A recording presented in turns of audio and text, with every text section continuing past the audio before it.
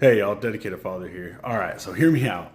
I've been just really thinking about the things that our kids are learning in school from pre-K to up through college, God forbid college, uh, and really thinking about Turning Point USA and like the just the things in school. I was talking to my daughter; she wanted to sell these little things, and I was like, "Well, then we got to figure out how much does it cost you to make each one?" Because she was just making up a price, and I was like, well, "You don't know what your profit is.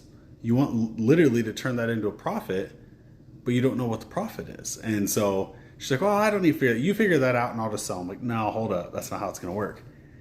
And she's in sixth grade. So I'm like, you know, hear me out on this. Bring back a class and that will teach biblical principles and financial principles. So teach finances in a biblical matter to where you're not teaching them how to be overly greedy and all that, but just business. And you can split the class up if you want to. I'm just saying those are two things that really lack in our schools.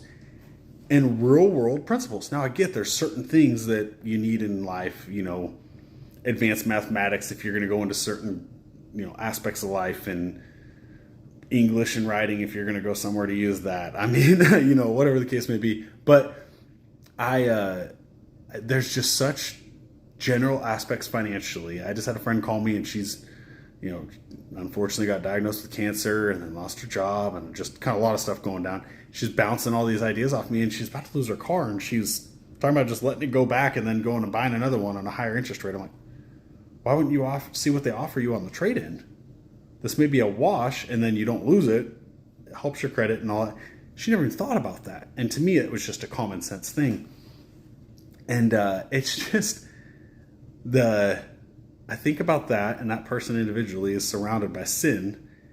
And so there's no biblical principle to her finances. She doesn't put money where it's supposed to be. She sure doesn't tithe at all, whatever you believe that amount may be. She doesn't do it at all.